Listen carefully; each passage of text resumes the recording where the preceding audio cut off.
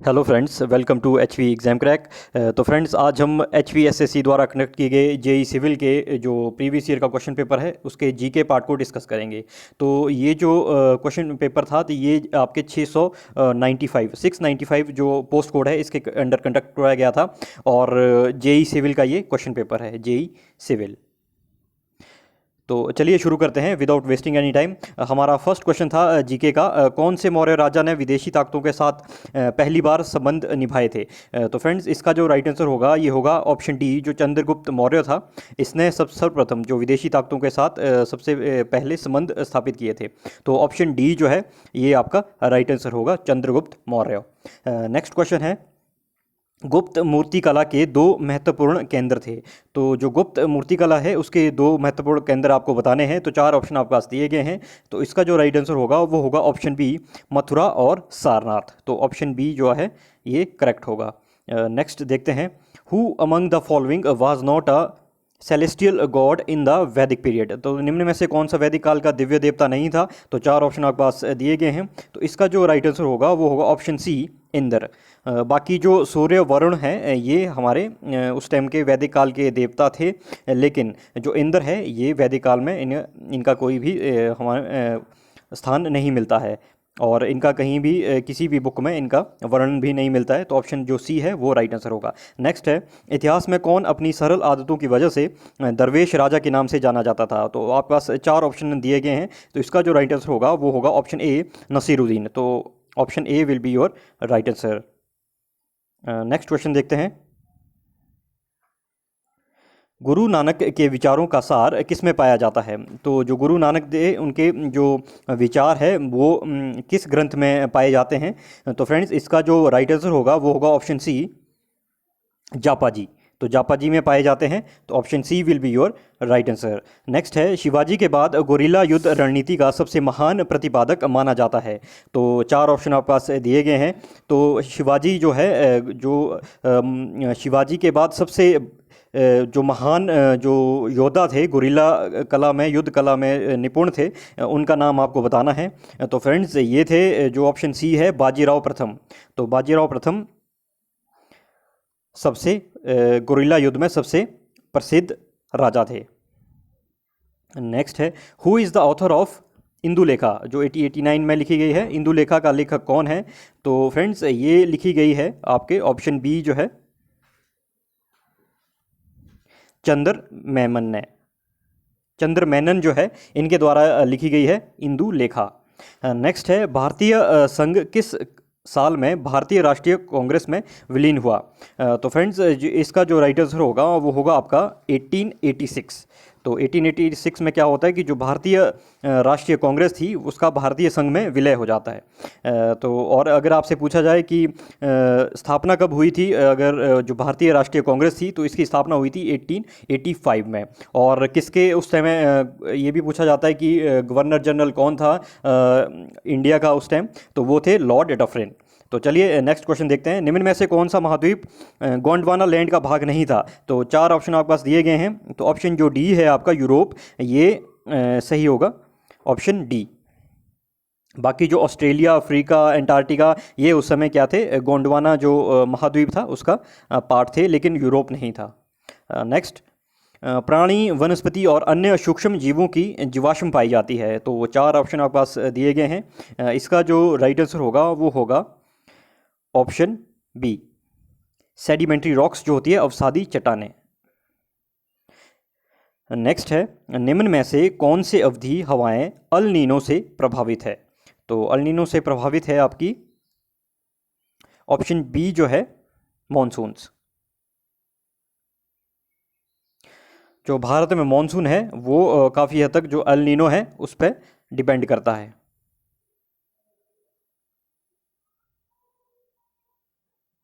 Next है, which of the following is not a green house gas. निम्न में से कौन सी ग्रीन हाउस गैस नहीं है। तो आपके पास चार ऑप्शन दिए गए हैं। तो इसका जो सही उत्तर होगा वो होगा ऑप्शन ए, नाइट्रोजन। नाइट्रोजन आपकी ग्रीन हाउस गैस नहीं है। बाकी जो कार्बन डाइऑक्साइड है ये सबसे ज़्यादा इसका रोल है ग्रीन हाउस में, और मीथेन है ये भी ग्रीन हाउस गैस है। नेक्स्ट क्वेश्चन इज, सखालीन द्वीप किसका एक भाग है? जो सखालीन आइलैंड है, ये आपको बताना है। तो इसका जो राइट आंसर होगा वो होगा ऑप्शन बी, ये पार्ट है रशिया का। नेक्स्ट, नाथुला दर्रा कहाँ पर स्थित है? तो फ्रेंड्स, नाथुला दर्रा स्थित है आपका सिक्किम में। तो ऑप्शन डी करेक्ट होगा। नेक्स्ट देखते हैं, निम्न में से कौन से राज्य से गोदावरी नदी नहीं गुजरती है? तो जो गोदावरी नदी है, ये आपकी जो ऑप्शन डी है, गुजरात, यहाँ से नहीं गुजरती है। बाकी मध्य प्रदेश, कर्नाटक और आंध्र प्रदेश, इन तीनों राज्यों से होकर गोदावरी जो नदी है वो गुजरती है। तो ऑप्शन डी करेक्ट होगा, गुजरात। नेक्स्ट है, निम्न में से किस कोटि के जंगल का भारत में सबसे ज़्यादा विस्तार है? तो फ्रेंड्स, इसका जो राइट आंसर होगा वो होगा ऑप्शन बी, पर्णपाती वन, यानी डेसिडियस फॉरेस्ट। तो option B will be your right answer.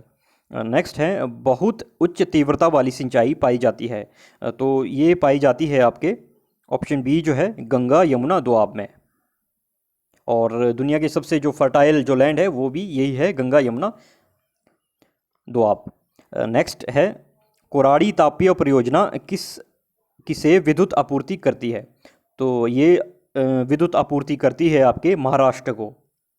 तो ऑप्शन ए जो है ये करेक्ट होगा। नेक्स्ट है, चुंबकीय बल होता है। तो चुंबकीय बल होता है आपका एक प्रकार का variable force. Option A correct होगा, चल बल। Next, the penetrating power is maximum in. तो भेदन शक्ति इनमें से किस में सबसे ज़्यादा होती है? तो आपके पास किरणें बताई गई है, 4 तरह की रेज है। तो इनमें से जो आपकी गामा रेज है, तो गामा रेज की सबसे ज़्यादा पेनिट्रेटिंग पावर होती है। तो ऑप्शन बी जो है करेक्ट होगा।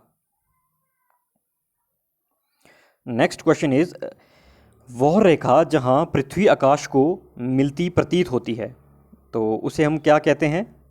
तो फ्रेंड्स, वो होराइजन जो होता है, जो क्षितिज। तो इसका जो राइट आंसर होगा वो होगा ऑप्शन सी, क्षितिज। नेक्स्ट, लोहे के संरक्षण के लिए उसमें किसकी पतली परत लगाई जाती है? तो फ्रेंड्स, लोहे को जंग से बचाने के लिए उसमें किसकी परत चढ़ाई जाती है? तो ये चढ़ाई जाती है जिंक की। और इस प्रक्रिया को क्या कहते हैं? तो इसको कहते हैं गैल्वेनाइजेशन। तो ऑप्शन सी जो है राइट होगा।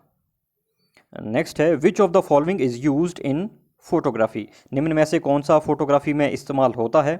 तो फोटोग्राफी में इस्तेमाल होता है आपका सिल्वर ब्रोमाइड जो है, ऑप्शन डी ये करेक्ट होगा। नेक्स्ट है, खट्टे फल किसका समृद्ध स्रोत है? तो खट्टे फल, जैसा कि आपको पता ही है, खट्टे फल में विटामिन सी जो है वो सबसे ज़्यादा पाया जाता है।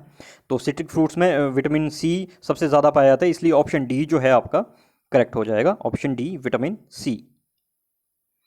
नेक्स्ट है, राष्ट्रपति डैश से 5 साल की अवधि के लिए पदेन रहता है। तो इसका जो सही उत्तर होगा वो होगा ऑप्शन डी, इनमें से कोई नहीं। Next, the minister are individually responsible to the. मंत्री किसके प्रति व्यक्तिगत रूप से जिम्मेदार रहते हैं? तो फ्रेंड्स, ये रहते हैं आपके इंडिविजुअली राष्ट्रपति के। तो ऑप्शन ए करेक्ट होगा।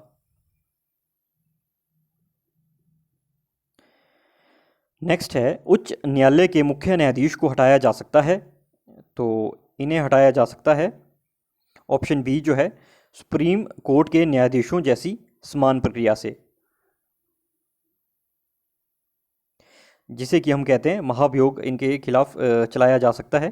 तो जिस प्रकार से सुप्रीम कोर्ट के न्यायाधीश को हटाया जा सकता है, उसी प्रकार से उच्च न्यायालय के मुख्य न्यायाधीश को भी हटाया जा सकता है। नेक्स्ट है, भारत के संविधान की 7वीं अनुसूची में किसके संबंध में प्रावधान है? तो इसका जो करेक्ट आंसर होगा वो होगा ऑप्शन डी जो है, संघ, राज्य तथा समवर्ती सूचियां। नेक्स्ट क्वेश्चन इज, पंचायती राज व्यवस्था के मध्यवर्ती स्तर को क्या कहते हैं? तो फ्रेंड्स, पंचायती राज जैसे हमें पता है 3 टायर व्यवस्था है, तो उसमें आपको मिडल वाली पूछी है, मध्यवर्ती स्तर को आपको बताना है उसे क्या कहते हैं। तो फ्रेंड्स, उसे कहते हैं पंचायत समिति। तो ऑप्शन सी करेक्ट होगा। सबसे नीचे आपकी ग्राम पंचायत होती है, फिर आपकी समिति होती है, ब्लॉक समिति, उसके बाद होती है आपकी ज़िला परिषद। तो ये 3 टायर होते हैं पंचायती राज व्यवस्था में। तो आपको मिडल वाला पूछा था, तो पंचायत समिति इसका करेक्ट आंसर होगा। नेक्स्ट देखते हैं, नाबार्ड किस योजना में स्थापित की गई है। तो जो नाबार्ड है ये आपका जो ऑप्शन बी है, छठी। तो जो हमारा छठवां पंचवर्षीय योजना थी, इसके तहत नाबार्ड की स्थापना की गई थी। और कब की गई थी, तो 1984 में। तो चलिए नेक्स्ट देखते हैं, सरकारी निवेश खर्च के वित्त पोषण के विविध तरीकों में सबसे कम स्फीतिकारी है। तो इसका जो राइट आंसर होगा वो होगा ऑप्शन सी, कर लगाना। नेक्स्ट है, एड वालोरम ड्यूटी डैश पर आधारित कर है। An ad valorem duty is a tax on the basis of. तो इसका जो करेक्ट आंसर होगा वो होगा आपका option D, the value added, यानी मूल्य वर्धित। नेक्स्ट, सार्वजनिक कार्यों में निवेश को जाना जाता है। तो सार्वजनिक कार्यों में निवेश को जाना जाता है आपका पूंजी व्यय के रूप में। तो ऑप्शन बी करेक्ट होता है। नेक्स्ट, ये आपका देखिए रीजनिंग का क्वेश्चन है। ए की माँ बी की बहन है और सी की पुत्री है, डी बी की पुत्री है और ई की बहन है, सी ई से कैसे संबंधित है। तो फ्रेंड्स, इसका जो करेक्ट आंसर होगा वो होगा ऑप्शन डी, यानी इनमें से कोई नहीं। तो जो डी है ये करेक्ट होगा। नेक्स्ट भी आपका रीजनिंग का ही है। जब आप इसको सॉल्व करेंगे तो इसमें जो करेक्ट आंसर आएगा वो आएगा ऑप्शन बी, VINSK। नेक्स्ट, गिरी नदी किस नदी की सहायक नदी है। तो जो गिरी नदी है ये आपकी यमुना नदी की सहायक नदी है, सिरमौर में बहती है। तो ऑप्शन ए जो है करेक्ट होगा, यमुना। नेक्स्ट, हिमाचल प्रदेश के किस ज़िले में लामा डल झील स्थित है। तो जो लामा डल झील है ये आपका ऑप्शन डी है, चंबा, यानी चंबा में स्थित है। तो ऑप्शन डी करेक्ट होगा। नेक्स्ट, हिमाचल प्रदेश के किस ज़िले में पिन वैली राष्ट्रीय उद्यान स्थित है। तो जो पिन वैली राष्ट्रीय उद्यान है ये आपका स्थित है लाहौल स्पीति में। तो स्पीति में स्थित है आपका पिन वैली नेशनल पार्क। और अगर आपसे पूछा जाए कि ग्रेट हिमालय नेशनल पार्क कहाँ पर स्थित है, तो फ्रेंड्स वो स्थित है कुल्लू में। नेक्स्ट, हिमाचल प्रदेश की पहली महिला राज्यपाल थी। तो हिमाचल प्रदेश की सबसे पहली जो महिला राज्यपाल थी वो कौन थी, वो थी शीला कौल। तो ऑप्शन ए जो है वो करेक्ट होगा। नेक्स्ट, हिमाचल प्रदेश के किस ज़िले में बहादुरपुर किला स्थित है। तो जो बहादुरपुर किला है ये आपका बिलासपुर में स्थित है। तो ऑप्शन सी करेक्ट होगा। नेक्स्ट, किस राज्य सरकार ने लिंग संबंधी रूढ़ियाँ दूर करने के लिए फायर वुमन पद की रचना करने का निर्णय किया है। तो ये किया था जो केरल राज्य ने। तो ऑप्शन ए करेक्ट होगा। नेक्स्ट क्वेश्चन, सर्वोच्च न्यायालय द्वारा आधार अधिनियम की किस धारा को हटा दिया गया है जो निजी संस्थाओं को आधार डेटा उपलब्ध कराने की अनुमति देता है। तो इसका जो राइट आंसर होगा वो होगा ऑप्शन बी, धारा 57, सेक्शन 57। नेक्स्ट है हमारे पास, इंटरनेशनल वाटर कलर फेस्टिवल 2018 का आयोजन स्थल निम्न में से कौन सा शहर था। तो फ्रेंड्स, ये आयोजित किया गया था रांची में। तो ऑप्शन बी करेक्ट होगा। नेक्स्ट है, एशियाई खेलों के बैडमिंटन फाइनल में प्रवेश करने वाला सबसे पहला भारतीय शटलर कौन बना।